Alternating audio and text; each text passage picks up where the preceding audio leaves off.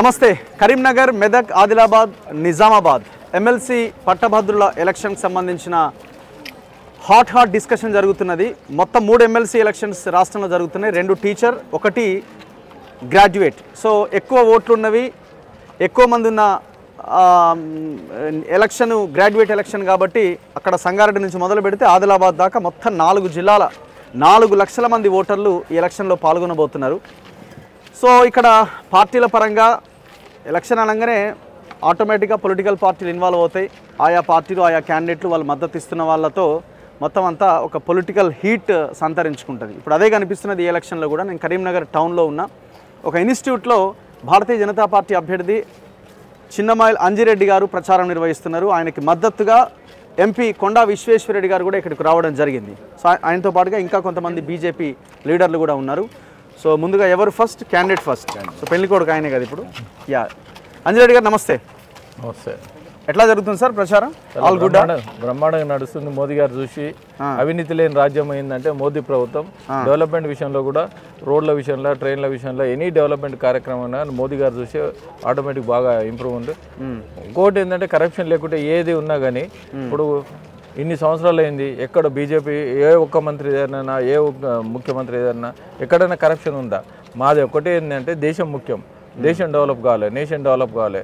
Automatic nation develop అయిందనుకో, youth develop అయిందనుకో, education అయినా లేకపోతే విద్య వైద్యమైనా మంచి డెవలప్ అయిందనుకో ఆటోమేటిక్ ఇంప్రూవ్ అవుతాయి. అందుకోసానికి make in India, digital India అన్ని కార్యక్రమాలు జనాలు ఇప్పుడు మీరు చెప్పిందే ఆలోచిస్తున్నారా? గ్రాడ్యుయేట్స్ అంతా గ్రాడ్యుయేట్ల మోదీ అన్న కోణంలోనే గ్రాడ్యుయేట్ ఆలోచిస్తున్నారా?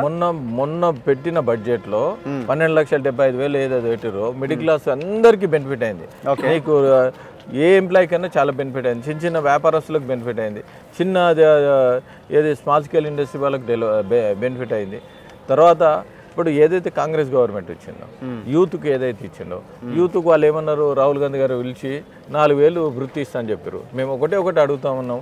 4,000 అంటే 14 నెలలు అయింది. 56,000 మీరు అకౌంట్లో వేసాకనే ఓటు అడుగుమని చెప్తున్నాం. అదేవిధంగా నిరుద్యోగులు విషయంలో తీసుకుంటారు. 2 లక్షలు నీకు ఉద్యోగాలు ఇస్తా అని చెప్పినావు. ఉద్యోగాలు ఒక 1 ఇయర్లో ఇస్తా అని చెప్పినావు. June 2 నుండి September 17 వరకు అవి ఇచ్చినాకనే ఓటు అడుగుమని చెప్తా ఉన్నాం. ఇంకొకటి ఏంటంటే మండల్కో మా ఇంటర్నేషనల్ స్కూల్ కడుతున్నావు. ఇంటర్నేషనల్ ఎక్కడ స్కూల్ కట్టినావు అక్కడ మాకు ఓట్లు వద్దు, మీరే వేసుకోమని చెప్తా ఉన్నాం. ఈ విధంగా మీరు ఇచ్చిన వాగ్దానాలు ఏవైతే ఉన్నాయో ఆ వాగ్దానాలకు మేము మండల్లో నిలదీయడానికి, వాళ్ళకి బుద్ధి చెప్పడానికి ఓన్లీ మాకు ఓటు, ప్రతి ఒక్కరు ఓటేస్తారు. మళ్ళీ ఒకసారి ఏదన్నా మాట ఇచ్చినాం అనుకో, మాట ప్రకారం చేయాలని. గవర్నమెంట్లో వాళ్ళే ఉన్నారు కదా సార్, గవర్నమెంట్లో వాళ్ళే ఉన్నారు కదా, 4 సంవత్సరాల దాకా గవర్నమెంట్ ఏం చేంజ్ అవ్వదు కదా. చేంజ్ కాకుండా కానీ మేము ఏదైతే మాట ఇచ్చినామో ప్రతిసారి మండల్లో మేము మెడలోంచి పని చేయడానికి మేము రెడీ ఉన్నాం. ఇప్పుడు అక్కడ ఇంకో 10లో 11 వాళ్ళు అవుతారు ఇంకోరు గెలిస్తే, అంతేగాని మేమిస్తే అడిగే గొంతు, నిలదీసే గొంతు అవుతుంది. సో అంజిరెడ్డి గారు అంత గట్టిగా శాసన మండలిలో నిలదీయగలుగుతారా? పక్కా ఇచ్చిన ఏదైనా మేనిఫెస్టోలో పెట్టారో అది నిలదీయడానికి మేము రెడీ ఉన్నాం. ఇంకోటి ఏంటంటే మాకు అండ కూడా కేంద్ర ప్రభుత్వం ఉంది. ఇంకోటి ఈరోజు నడిచేది ఏంటంటే కేంద్ర ప్రభుత్వం నిధులతోనే నడుస్తూ ఉంది. మ్యాచింగ్ గ్రాంట్ ఎక్కడ ఇస్తూ ఉన్నారు? ఏది మ్యాచింగ్ గ్రాంట్ ఇవ్వలేకపోతూ ఉన్నారు. కనీసం ఏంటంటే గతంలో ఏదైతే సర్పంచులు ఉన్నారో చిన్న కాంట్రాక్ట్ చేసి 650 కోట్లు వాళ్ళ పెండింగ్ ఉంది, ఇంతవరకు ఇవ్వలేకపోతున్నావు. కాలేజ్ విషయంలో తీసుకుంటే ప్రతి కాలేజీలో ఫీజు రీయింబర్స్మెంట్ విషయంలో ఒకటే ఆయన ఏంటంటే ఇప్పుడు కాంగ్రెస్ క్యాండిడేట్ ఉన్నాడు, కాంగ్రెస్ క్యాండిడేట్కి ఆయన కాలేజీలు ఉన్నాయి. మరి కాలేజీలు ఉన్నప్పుడు ఇతరుల బాధ ఆయనకు తెలుస్తలేదా? ఈ బాధ ఇది నిన్ను ఒకటే అడుగుతా ఉన్నాం, నువ్వు ఓటు అడగాలంటే కాలేజీలకు 7,500 కోట్లు ఏదైతే ఫీజు రీయింబర్స్మెంట్ ఇప్పించినాకనే ఓటు అడగాలి. నువ్వు అప్పటిదాకా ఓటు అడగా నీకు హక్కు లేదు. నీకు నేనే డెవలప్ చేయిస్తా అంటున్నాడు కదా, గవర్నమెంట్ మాది మేమే డెవలప్ చేయి. ఇదే గవర్నమెంట్. మరి నువ్వు డబ్బులు తీసుకున్నావా చెప్పు? నువ్వు ఆ కాలేజీలో డబ్బులు తీసుకున్నావా చెప్పు? జ్ఞాని అజ్ఞాని అని మాట్లాడుతూ ఉన్నావు, డబ్బులు తీసుకున్నావు చెప్పు. జ్ఞాని అజ్ఞాని ఎవరో ప్రజలు తెలుస్తూ ఉంటారు. ఇంకోటి ఏంటంటే లోకల్ నాన్ లోకల్ అంటావు. మరి ఆయనకు లోకల్ నాన్ లోకల్ ఏం తెలుసు? ఎమ్మెల్సీ పరిధి ఎంతవరకు ఉన్నదో తెలియదు ఆయనకు. మీరు మెదక్ వాళ్ళది కరీంనగర్ ఎక్కువ ఓట్లు ఉన్నాయి అంటున్నారు కదా. ఎక్కువ ఓట్లు ఎక్కువ ఉన్నాయి కదా, మీరు లోకల్ అంటున్నారు. ఆయన సర్పంచ్ అనుకుంటుండేమో, సర్పంచ్ వేరే సర్పంచ్ చేస్తా అనుకుంటున్నారు సర్పంచ్. మరి అది కూడా నాలెడ్జ్ లేదేమో. ఆ నాలెడ్జ్ ఇప్పటి వరకు ఏ పార్టీలో, ఇప్పుడు ఇండిపెండెంట్ కూడా ప్రతి ఒక్కరు కాంగ్రెస్ పార్టీ టికెట్ అడిగిన వాళ్ళే. కాంగ్రెస్ పార్టీ టికెట్ ఎవరికి వేసినా కానీ కాంగ్రెస్కే పోతుంది అది. మరి ప్రజలు ఆలోచిస్తూ ఉన్నారు. ఇంత కరప్షన్ ఉంది. 14 బీఆర్ఎస్ అయితే ఏం చేశారంటే 10 ఏళ్లకు వాళ్ళకు మైనస్లో వచ్చింది. వీళ్ళకి 14 నెలలే ప్రజలు తిరస్కరించారు వాళ్ళని. అంటే వాళ్ళకు విద్యార్థుల కష్టాలు తెలుసు, వాళ్ళ బాధలు తెలుసు. మేము ఇన్స్టిట్యూషన్స్ నడుపుతున్నాం.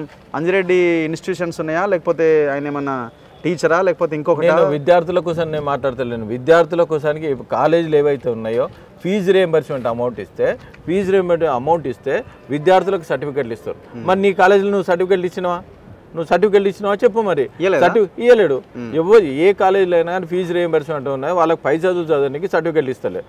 వీళ్ళు అమౌంట్ ఇస్తేనే వాళ్ళు సర్టిఫికెట్లు ఇస్తారు. వీళ్ళు అమౌంట్ ఇస్తేనే వాళ్ళ శాలరీస్ సిస్టమేటిక్ ఇస్తారు. మరి మిగతా కాలేజీలు కూడా వేల కాలేజీలు ఉన్నాయి. ఆ కాలేజీలో ఇప్పియండి. నీ గవర్నమెంటే కదా, అది ఇప్పించి మాట్లాడు.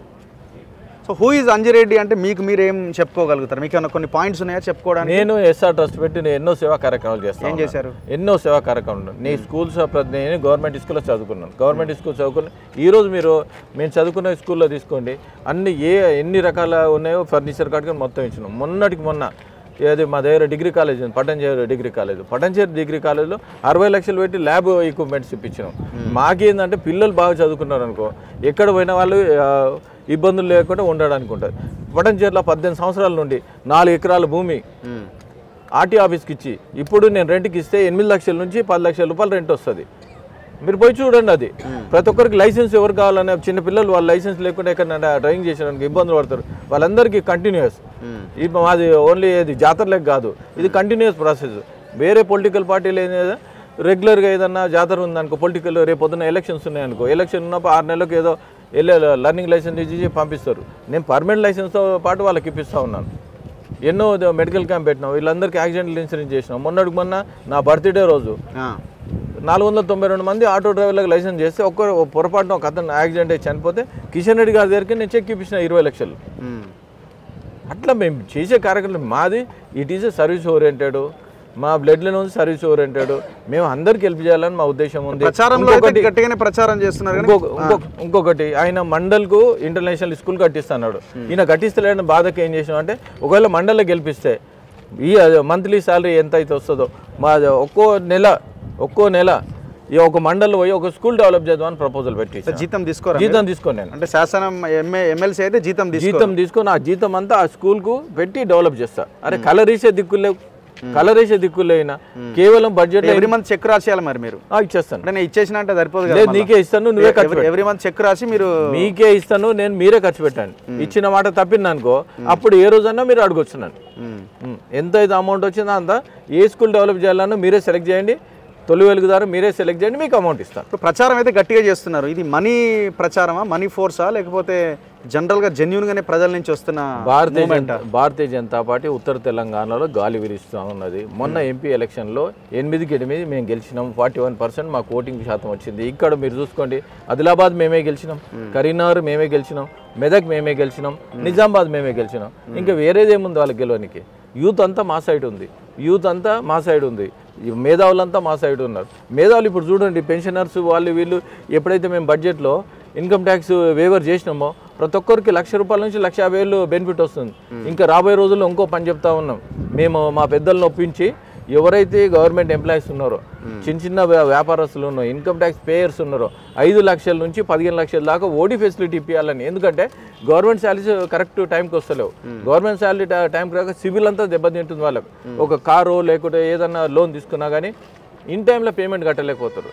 ఇన్ టైంలో ఏదన్నా వాళ్ళ పిల్లలకి ఇబ్బంది ఉన్నా కానీ బయట ₹2, ₹3 ఇంట్రెస్ట్ తీసుకోరు. ఆ ఇంట్రెస్ట్ బాధ మేము ఆలోచన చేసి ఇది వర్కౌట్ చేద్దామని నిర్మలా సీతారామన్ గారికి లెటర్ కూడా రాసినాం. అది లెటర్ చూపిస్తాం. మా ఎంపీలు గారు ఉన్నారు, తర్వాత వాళ్ళందరూ తీసుకుపోయి ఓడి ఫెసిలిటీ కూడా వాళ్ళకి ఇచ్చారు అనుకో, ఇబ్బందులు తొలగడానికి మేము ఆస్కారం చేస్తూ ఉన్నాం. అంటే ఏదో రకంగా సభలో కూర్చోవాలన్నదేనా, లేకపోతే ఎమ్మెల్సీనే కావాలని మీరు అనుకున్నారా? ఎమ్మెల్సీ ఇప్పుడు వచ్చినప్పుడే నా సర్వీస్ చూసి పార్టీ ఇచ్చినందుకు పెద్దలందరికీ నేను ధన్యవాదాలు తెలియజేస్తాను. దీన్ని ఫైట్ చేసి ఆటోమేటిక్గా అందరికీ ఆమోదయోగం కోసానికి నేను ప్రపోజల్ చేస్తాం. ఎక్కడైతే మా దగ్గర ఇప్పుడు 42 కాన్స్టిట్యూన్సీలు ఉన్నాయి, 7 మంది ఎమ్మెల్యేలు ఉన్నారు. మిగతా ఎమ్మెల్యేలు ఎక్కడైతే లేవో వాళ్ళందరికీ ఫుల్ఫిల్ చేసి రాబోయే రోజుల్లో గవర్నమెంట్ తీసుకురావడానికి ఆస్కారం ఉంటుంది. మాది ఓటుకి ఎంత రెడీ చేసుకున్నారు? ఇచ్చేటోళ్ళు వాళ్ళు. మేము ఏంటంటే ఓన్లీ సర్వీస్ ఓరియంటెడ్ తీసుకొని మాకు ఇస్తారు. ఒకటే అంటున్నాం, ప్రతి ఒక్కరు వీళ్ళే అంటున్నారు. ఎక్కడ పోయినా ఆయన ఓటుకి ఇస్తే తీసుకోమని చెప్తున్నాం. ఎవరు ఇస్తారు? మీరా? ఆయన ఇస్తున్నాడు. ఆయన ఇస్తున్నాడు, నేను కాదు. నేను ఇస్తాను. ఎక్కడ మరి మళ్ళీ ఆలోచించుకొని చెప్పండి. ఆయన ఇస్తున్నాడు. మీరు అంటున్నాడు ఆయన ఇస్తున్నాడు. ఆయన ఇస్తాడు. ఆయన ఇస్తే తీసుకోవాలా? ఆయన ఇస్తే ఓటర్లు తీసుకుంటారు. మీరు ₹1 కూడా ఇచ్చే అవకాశం లేదు. మేనేజ్మెంట్ లాస్ట్ 2 days అదే పని కదా. ఎక్కడ ఇచ్చే ఆస్కారం లేదు. మొత్తము మోదీ మా వైపే ఎందుకు ప్రజలు చూస్తూ ఉన్నారు? ఇప్పుడు చూసుకోండి మీ సర్వే, చాలామంది సర్వేలు కూడా మా వైపే ఉన్న సర్వేలు మీరే గెలుస్తారని వాళ్ళే సర్వేలు చెప్తా ఉన్నారు. మేముగా చెప్పేది వాళ్ళే చెప్తా ఉన్నారు. మా పనిని చూసి ఆటోమేటిక్ ఉన్నారు. మొన్నటికి మొన్న 43 లక్షల సభ్యత్వం అయింది మా పార్టీ. పార్టీ మాది చాలా ఎంత స్ట్రాంగ్ ఉందంటే మండల్ కమిటీ అయినా బూత్ కమిటీ అయినా అన్ని స్ట్రాంగ్గా ఉన్నాయి. ప్రతి బూత్ కమిటీ దగ్గర మా ప్రజలను ఓటు అడుగుతున్నాం మేము. ఒక్కోటికి ఓటర్ దగ్గరికి 2 సార్లు 3 సార్లు మేము పోతా ఉన్నాం. మీకే వేస్తాం ఈసారి, మీకే వస్తాం, వాళ్ళకి బుద్ధి చెప్పాలని ప్రతి ఒక్కరు అంటా ఉన్నాం. కొండా విశ్వేశ్వరరెడ్డి గారు నమ్మొచ్చా ఇవన్నీ? కొంచెం క్యాండిడేట్ కాబట్టి కొంచెం గట్టిగా మాట్లాడుతుందా, లేకపోతే మాట్లాడేవన్నీ వాస్తవాలే అనిపిస్తున్నాయి? నేను కూడా వింటుంటే అవకాశం ఉందా? స్ట్రాంగ్గా మీకు అవకాశం కాదండి. ఇప్పుడు చూడబోతే ఇక్కడికి వచ్చినాక అవతల వాళ్ళు చేతులు ఎత్తేసిండు.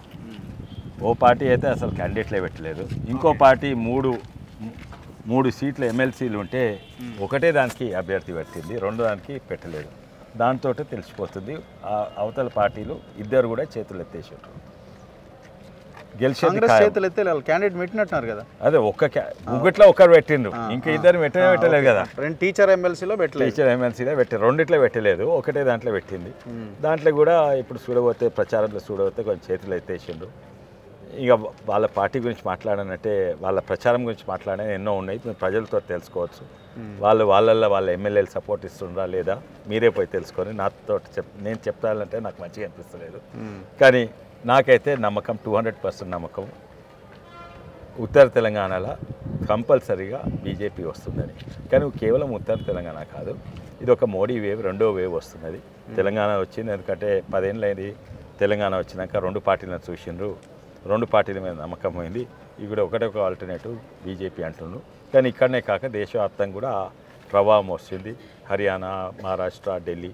అది ఎలక్షన్స్ వల్ల కాదు, వాళ్ళు ప్రతిపక్షము మోడీ మీద విమర్శించేది అదే సోది. అదానీ, అంబానీ, సోరోసు, హిండెన్బర్గు రాజ్యాంగాన్ని పట్టుకొని ప్రచారం చేస్తుడు. మీరు అంబేద్కర్కు వ్యతిరేకం అదే సోది, మీరు ఎస్సీలకు వ్యతిరేకం, బీసీలకు వ్యతిరేకం అనుకుంటా అవి నిలదీస్తుడు. కాశ్మీరు, ఖలిస్తాను, మళ్ళీ ఇక్కడ ఇవి. ఆ శక్తులు ఎవరు? విదేశాలకు సపోర్ట్ ఇచ్చే శక్తులు. ఇవన్నీ కూడా దేశవ్యాప్తంగానే తెలంగాణ అయినా నమ్మకము ఓన్లీ ఆల్టర్నేటివ్ దేశాన్ని ముంగట తీసుకోవాలంటే మోడీ అని బలంగా వచ్చింది. ఎవరైతే మోడీకి వ్యతిరేకంగా ఉన్న వాళ్ళు కూడా ఇప్పుడు మోడీకి ఓటేస్తున్నారు. ఎలక్షన్ తెలుస్తున్నది, ఎవరు నమ్మినరు హర్యానా గెలుస్తుందని. అది మొత్తం కాంగ్రెస్. ఇప్పుడు మీరు మాట్లాడేదంతా పార్లమెంట్ ఎలక్షన్స్ కోసం, అంటే ఆ యాంగిల్లో ఆలోచించినప్పుడు అక్కడ ఎంపీ ఎలక్షన్స్ కి ఉపయోగపడుతుందేమో. ఇక్కడ ఉద్యోగాలు, నిరుద్యోగం, తెలంగాణ ఈ అంశాలే కదా ఇక్కడ పనిచేసేవి. పేపర్ తీసుకురావా? ఏంటది విక్రమ్? చూపెడతా. ఈడ ఫస్ట్ 317 జియో 317 అప్పుడు అందరు వ్యతిరేకించారు. కాంగ్రెస్ వ్యతిరేకించింది, మేము వ్యతిరేకించి ఇక్కడ నుంచి తీసుకొని అక్కడ ఇస్తారు. భార్య దగ్గర, భర్త దగ్గర పిల్లలు వస్తాయి కదా, చదువుకుంటున్నారు. ఇవన్నీ తీసేస్తాం పోరాడింది. ఇప్పుడు వాళ్ళే ప్రభుత్వం ఉన్నారు కదా, చేస్తలేరు. సర్వశిక్ష అభియాన్ కింద ఎన్నో వస్తున్నాయి, వాడుకోగలుగుతలేరు. ఈ రోజు నడుస్తుందంటే కేంద్ర ప్రభుత్వం వల్లనే. అదే అందులో ప్రింట్అవుట్ లేదేమో. ఓకే, ఇదేంటంటే మన కస్తూర్బా గాంధీ స్కూళ్ళల్లో కేంద్ర సర్వశిక్ష అభియాన్ నుంచి నిధులు వస్తాయి. నిధులు దేనికి కడుతుంది కాదు, ఎంప్లాయీస్ శాలరీస్ కొరకు. ఓకే, కానీ వాళ్ళు శాలరీ రెగ్యులరైజ్ చేస్తలేరు. అయితే టెంపరీగా పెట్టిండ్రు కేజీబీవీలా. అయితే వాళ్ళు ఇక్కడ కేంద్రం కుత్రం రాస్తే మంత్రి జయంత్ చౌదరి నాకు లెటర్ రాసిండు. నాకు తర్వాత ఆ కాపీ కూడా పెట్టిండు. ఏంటంటే మా పాత్ర నిధులు ఇచ్చుడు, ఆ నిధులు ఎట్లా వాడుకుంటారో అది మీ పాత్ర, మీరు రెగ్యులరైజ్ చేస్తానికి మేము ఇస్తే మీరు చేస్తలేరు. ఇవన్నీ కూడా ఈ చిన్న చిన్న విషయాలు నుంచి నిధులు ఎక్కడి నుంచి వస్తున్నాయి, ఎందుకు వస్తున్నాయి. ఇక్కడ కరీంనగర్ చూడు రాదు. ఇప్పుడు కరీంనగర్ రోడ్లు మన హైదరాబాద్ రోడ్ల కంటే మంచిగా ఉన్నాయి. స్మార్ట్ సిటీ చేసి 500 కోట్లు ఇచ్చిండు. ఎవరన్నా అనుకున్నారా? ఎక్కడైతే ఇందిరాగాంధీ గారు గెలిచిన మెదక్కు రైల్వే స్టేషన్ రైల్వే వచ్చిందా? లేదు, మేము తీసుకొచ్చినాం. నేషనల్ హైవేస్ మేము తీసుకొచ్చినాం. ఇప్పుడు హైదరాబాద్, గజ్వేల్, సిద్దిపేట, కరీంనగర్కు ట్రైన్ మేము తీసుకొస్తున్నాం. నేను ఫస్ట్ టైం ఎంపీ ఉన్నప్పుడు మోడీ గారు వచ్చి ఫౌండేషన్ స్టోన్ వేసింది. ఇప్పుడు సగం ట్రాక్ అయిపోయింది. ఓకే, సో ఇవన్నీ అసలు 60 ఏళ్ళని కానీ హైవేస్ వచ్చినాయి. వాళ్ళు 55,000 ఉద్యోగాలు ఇచ్చినాం ఫస్ట్ విడతలోనే, 1 ఇయర్లోనే అంటున్నారు కదా. అనని అని డిఎస్సి నోటిఫికేషన్ వేస్తాం, ఇంకో నోటిఫికేషన్ వేస్తాం, ఇంకో నోటిఫికేషన్. గవర్నమెంట్ ఈ గవర్నమెంట్ నోటిఫికేషన్ ఇచ్చింది ఎక్కడ దాఖలాలు లేవు. పాత గవర్నమెంట్ ఇచ్చినాయి అవి. లాస్ట్ ఇప్పుడు పాత గవర్నమెంట్ ఇచ్చినవి ఫిల్ఫిల్ చేసి ఇప్పుడు స్టూడెంట్స్ ఉన్నారు, ఆస్పిరెంట్స్ పోలీస్కు. ఇంతకుముందు ఎప్పుడు వచ్చినా 2022 వచ్చినాయి. అప్పటి సంది ఆగుతున్నారు, 2 ఏళ్ళ సంది వస్తలేవు. ఎప్పుడు వస్తాయో అడిగితే వాళ్ళకి తెలియదు, వాళ్ళే ఇబ్బందులు పడతా ఉన్నారు. ఇప్పుడు ఎంతో ఉంది police SI constable preparation. Last time attempt చేయలేదా మీరు? 22లో ఉండే, కొంతమంది వయసు కూడా లేకుండా. ఓకే 22లో ఉండే, కొంతమంది 22లో అప్లికేషన్ ఉన్నారు. మళ్ళీ ఎవ్రీ ఇయర్ జరగాలి. రఘు గారు మాట్లాడేది ఏమని మాట్లాడవచ్చు, ప్రజలు చూసేది ఏంది, నమ్మేది ఏంది, ఆ నమ్మకము బీజేపీ మీద ఉంది. నాకు సంతోషం ఏంటంటే ఒక గుణవంతుడు కరెక్ట్ క్యాండిడేట్ని పెట్టిండ్రు, ఈ సిద్ధాంతానికి తోటి కట్టుబడి ఉన్న క్యాండిడేట్ని పెట్టిండ్రు. అండ్ తను ఎస్ఆర్ సంస్థ గురించి నాకు వస్తుంటే ఎన్నో చెప్తున్నారు, కొన్ని అయితే నేను చూసినాను కూడా. ఇప్పుడు కొత్తగా 15,000 స్క్వేర్ ఫీట్ల స్కిల్ డెవలప్మెంట్ సెంటర్ తను ఐఐటి తోటి కొలాబరేషన్ చేద్దామని ప్రయత్నం చేస్తుండ్రు. మీరు ఏమైనా చెప్పగలుగుతారా, మద్దతు చేయగలుగుతారా అంటే నేను ప్రయత్నం చేస్తానని చెప్పిన. సో మా ఇద్దరు క్యాండిడేట్ కూడా మల్క కొమరయ్య గారు తను మంచి క్యాండిడేట్స్ పెట్టింది. అండ్ మాకు నమ్మకం ఉంది తప్పక గెలుస్తారు. కానీ నమ్మకం మాకే కాదు, ప్రతిపక్షాలకు కూడా నమ్మకం ఉంది. ఎట్లయినా అందుకే చేతులు ఎట్టేసినట్టున్నారు. సో ఏమైనా ఖర్చు పెట్టాల్సిన అవసరం ఏమైనా కనిపిస్తున్నదా ఈ గ్రాడ్యుయేట్ ఎలక్షన్లో? కొన్ని ఉంటాయండి, ఇన్నోవేషన్ యూత్ ఈ యాంగిల్లో బాగా పనిచేస్తూ ఉంటారు కదా, కొన్ని తప్పయ్యేటట్టు లేదు కదా, కనబడుతున్నది కదా. ఏంది తప్పు? సిస్టమే పొల్యూటెడ్ అయిపోయింది కదా. అవును, చేసేట్లు చేస్తారు, తప్పదు, చేసేట్టు చేస్తారు, చేసేట్టు అని చేస్తారు. అన్నిటికీ తయారున్న మేము తప్పనిసరి గెలుస్తాం. ఎంత మెజారిటీ వస్తుందని మీరు అనుకుంటున్నారు? అంటే ఫస్ట్ ప్రయారిటీలో అయిపోతుందా? ఫస్ట్ ప్రయారిటీలో మేము గెలుస్తాం. 50% ఓట్లు పడతాయా మీకు? పక్కా 50% కన్నా పైన ఎక్కువ పడుతుంది. ఎందుకంటే వాతావరణం అంతా చేంజ్ అయిపోయింది. టోటల్ ఏంటంటే వేరే అభ్యర్థులు ఎవరైతే ఉన్నారో వాళ్ళ అభ్యర్థులది ఆల్రెడీ ప్రతి ఒక్కరు ఇద్దరు ఇండిపెండెంట్ వర్సెస్ మీకు ఉంటుందా ఫైట్? లేదు, కాంగ్రెస్ వర్సెస్ మాకే ఉంటుంది. అంతేనా? అంతే, కాంగ్రెస్ వర్సెస్. ఇంకోటి ఏంటంటే కాంగ్రెస్ ఇప్పుడు బీసీ నినాదం తీసింది. బీసీ నినాదం మేము చూసుకోండి ఏంటంటే ఎక్కడ మత రిజర్వేషన్ ఎక్కడ ఉండదు. ఆ భారత రాజ్యాంగం ప్రకారం బిఆర్ అంబేద్కర్ రాసింది ఎక్కడ మత రిజర్వేషన్ లేదు. మరి మత రిజర్వేషన్ ఉన్నప్పుడు ఓన్లీ హిందువులు, ముస్లింలు, మరి క్రిస్టియన్స్ ఏమైనట్టు, మరి సిక్కులు ఏమైనట్టు, జైన్లు ఏమైనట్టు, బుద్ధులు ఏమైనట్టు, 10% ముస్లిమ్స్కు రిజర్వేషన్ ఇస్తే మేము ఇప్పుడు ప్లేట్లు అన్నం పెట్టిన తర్వాత నీ అన్నము తీసుకుపోయి వేరే ప్లేట్లకి తీసుకుపోయి వేరేళ్ళకి ఇస్తే ఇది ఎంతవరకు సమంజసం? మరి బీసీల మీద నీకు ఎంత ప్రేమ ఉంది? మరి బీసీ మీద ప్రేమ ఉన్నప్పుడు ఏదైతే నువ్వు పర్సంటేజ్ ఇస్తానో ఆ పర్సంటేజ్ కంపల్సరీ ఇవ్వాలి. మరి వాళ్ళని తీసుకొచ్చి ఇల్లు ఎందుకు కలుపుతారు? వీళ్ళకి ఏవైతే బీసీలకు ఏవైతే రాజ్యాంగంగా రాజకీయాల వాళ్ళకు రిజర్వేషన్స్ ఏవి ఉన్నాయో వాళ్ళు కొలాప్స్ అవుతారు, తర్వాత ఉద్యోగాలకు కొలాప్స్ అవుతారు. మరి నీకు ఎవరి మీద ఇంట్రెస్ట్ ఉందో దీన్ని బట్టి ఆలోచించుకోవాలి. ఎవరున్నారు ఇక్కడ? గ్రాడ్యుయేట్స్ ఎవరు ఉన్నారా? యా. సో మీకు సుపరిచితులేనా అంజిరెడ్డి గారు? కొంచెం ఆయన ఇబ్బంది అయిందా కరీంనగర్లో ఆయన పరిచయం చేయడానికి? ఇక్కడ కరీంనగర్ అనగానే కాసేపు పడ్డా భారతీయ జనతా పార్టీకి కానీ ఇక్కడ స్థానం ఉన్నది కాబట్టి అంజిరెడ్డి గారు ఫెమిలియర్. ఎప్పటి నుంచో సేవా కార్యక్రమాలు చేస్తుంటారు ఎస్ఆర్ ట్రస్ట్ ద్వారా. ఓకే. అదేవిధంగా వాళ్ళు డిజిటల్ ఇండియా ద్వారా వారికి స్కిల్ డెవలప్మెంట్ సెంటర్లు ఏర్పాటు చేయడం కానీ యువతకు ప్రాధాన్యత ఇస్తూ రావడం ద్వారా మాకు చాలా ఫెమిలియర్. గెలవగలుగుతారా? అవకాశం ఏమైనా కనిపిస్తున్నదా? ఖచ్చితంగా గెలవగలుగుతారన్న. పార్టీ ఇప్పుడు పార్టీలో వారికి అదేవిధంగా టికెట్ కేటాయించిన తర్వాత ఒక గాలి ఇప్పుడు మొన్న ఢిల్లీ ఎలక్షన్లో చూస్తే మనకు ఢిల్లీ ఎలక్షన్ల ద్వారా ఖచ్చితంగా మనం ఏదైతే ఇప్పుడు ఢిల్లీ అనగానే అత్యంత గ్రాడ్యుయేట్స్ ఉన్నటువంటి కాన్స్టిట్యున్సీ అదే స్టేటు కాబట్టి అక్కడ ఏదైతే గ్రాడ్యుయేట్స్ తీసుకున్నటువంటి నిర్ణయం భారతీయ జనతా పార్టీకి ఓటు వేయాలి, భారతీయ జనతా పార్టీని గెలిపించాలని చెప్పేసి తీసుకున్నటువంటి నిర్ణయం ద్వారా ఇలా భారతీయ జనతా పార్టీ అక్కడ అధికారంలోకి రావడం జరిగింది. అదేవిధంగా ఇప్పుడు తెలంగాణలో బీఆర్ఎస్ పార్టీ చేసినటువంటి ఆగడాలు, అదేవిధంగా కాంగ్రెస్ కూడా పడేసి తొక్కుతేంది, తొక్కేసి పడేస్తేంది అన్న శాస్త్రం కింద బీఆర్ఎస్ కోటెత్తేంది, కాంగ్రెస్ కోటెత్తేంది. ఒకటే విధంగా తొక్కడమే వాళ్ళ ప్రాధాన్యత. ఏదైతే 10 ఏళ్ళు వీళ్ళు చేసిన అరాచకాలు, అదేవిధంగా 14 నెలలలో వీళ్ళు చేసిన అరాచకాలు చూస్తే 2 లక్షల ఉద్యోగ నోటిఫికేషన్లు ఇస్తానని చెప్పారన్న. ఇప్పటి వరకు 2 లక్షల ఉద్యోగ నోటిఫికేషన్ లేదు. పాత నోటిఫికేషన్లను ఇప్పుడు భర్తీ చేసి చెప్పేసి అదేవిధంగా మండలానికి ఒక ఇంటర్నేషనల్ స్కూల్ని ఏర్పాటు చేస్తాను, అది ఇప్పటివరకు లేదు. అది కాకుండా విద్యార్థులు నిరుద్యోగులకు ఇస్తున్నటువంటి విద్యార్థి భరోసా ఏదైతే 5 లక్షల రూపాయలని ఇంతవరకు ఎంతమందికి ఇచ్చారు. అదేవిధంగా 10-12 డిగ్రీ పిహెచ్డి వారికి మేము కొంత అమౌంట్ 10,000 నుంచి 1,00,000 వరకు ఇస్తానన్నారు. ఇంతవరకు ఏ ఒక్క నిరుద్యోగి కానీ ఏ ఒక్క విద్యార్థి కానీ పట్టభద్రుడు కానీ ఒక్కటన్నా వచ్చిందా, ₹1 అన్న వాళ్ళ అకౌంట్లో పడ్డదా అని అడుగుతారు. అదేవిధంగా నిరుద్యోగ భృతి అన్నది అది ఎంత పెద్ద మోసం అంటే ఇవాళ నిరుద్యోగ ఓట్లతోని మా ఒక సెంటిమెంట్ మా ఒక రగుల్చుకొని దాన్ని రగుల్చుకొని ఈరోజు అధికారంలోకి వచ్చారు. ఈరోజు ఈ రాజ్యాధికారాలకు వచ్చిన తర్వాత ఇంతవరకు కూడా విద్యార్థి సమస్యల మీద మాట్లాడతలేరు అన్న. అదేవిధంగా మీరు యూపీఎస్సీ తరహాల నోటిఫికేషన్లు విడుదల చేసి జాబ్ ఫుల్ఫిల్మెంట్ చేస్తానని చెప్పేసి జాబ్ క్యాలెండర్ రిలీజ్ జాబ్ క్యాలెండర్లో ఏముందన్న, ఊరు లేదు, పేరు లేదు, డేట్ లేదు, ఎట్లయితుంది అన్న అది? యూపీఎస్సీ నోటిఫికేషన్ ఎట్లుంటుంది, కరెక్ట్ అక్యురేట్ డేట్ ఉంటుంది, దాని తగ్గట్టు నోటిఫికేషన్లు విడుదల చేసి ఫుల్ఫిల్మెంట్ చేస్తారు. ఇంట్లో సో అండ్ సో మంత్ అని పెట్టారు, సో అండ్ సో ఈ నెలలో ఫిబ్రవరిలో ఫారెస్ట్ బీట్ ఆఫీసర్ నోటిఫికేషన్ రావాలి, వచ్చిందా అన్న? టెట్ ఎగ్జామ్లో ఏదైనా కానీ ట్రాన్స్పరెన్సీ మెయింటైన్ చేశారా? ఇప్పటి వరకు 2 సార్లు గ్రూప్ 1 ఎగ్జామ్ క్యాన్సిల్ అయిందన్న. ఎంతమంది ఏజ్ మీద పడుతుంది, ఎంతమంది ఇప్పుడు మీరు చూస్తున్నారు ఇక్కడ మనం చూస్తే అన్న ఎంట్రన్స్ ఫీజులో ఒక తారీఫ్ చూస్తే అదొక ఫీజు వేలలో ఉందన్న. అదే సెంట్రల్ గవర్నమెంట్ నుంచి పెట్టే యూపీఎస్సీ ఎగ్జామ్లో కానీ ఏదైతే పిహెచ్డి ఎంట్రన్స్ ఎగ్జామ్లో కానీ 400 నుంచి 600 ఉంటాయన్న, ఇక్కడ 1500. అదొక విద్యార్థి హాస్టల్ గదులలో చదువుకునేటోడు న్యూస్ పేపర్కి పైసలు కట్టాలి, ఏదైతే ఇంటర్నెట్కి పైసలు కట్టాలి, లైబ్రరీలు ఫీజులు కట్టుకోవాలి, స్టడీ హాల్కి పైసలు కట్టాలి. పోయి ఇప్పుడు ఈ 1500 రూపాయలు వాళ్ళకి భారం కాదన్న. ఓకే, మాట్లాడదాం. ఇంకా మీరు గ్రాడ్యుయేటేనా? ఎక్కడ? కరీంనగర్ జిల్లా చెందిన వ్యక్తిని. అయితే కరీంనగర్ ఇప్పుడు లోకలా నాన్ లోకల్ అని ఒక చర్చ నడుస్తున్నట్టుంది కదా. చెప్పాలంటే సార్ది ఇక్కడ కాదు, అంటే కరీంనగర్ కాదు, కానీ ఈ పట్టభద్రుల గ్రాడ్యుయేట్ కాన్స్టిట్యున్సీలోనే సార్ గారులో ఉన్నది. సారు ఇంతకుముందు తెలియకపోవచ్చు, ఎప్పుడైతే ఎస్ఆర్ ట్రస్ట్ అనేది ఉందో అప్పటి నుంచి అందరికీ సుపరిచితమే, దాదాపు గ్రాడ్యుయేట్ ప్రతి ఒక్కరికి సుపరిచితమే. ముఖ్యంగా ఏంటంటే కరీంనగర్ గడ్డ అనేది చాలా చైతన్యవంతమైన గడ్డ అన్న.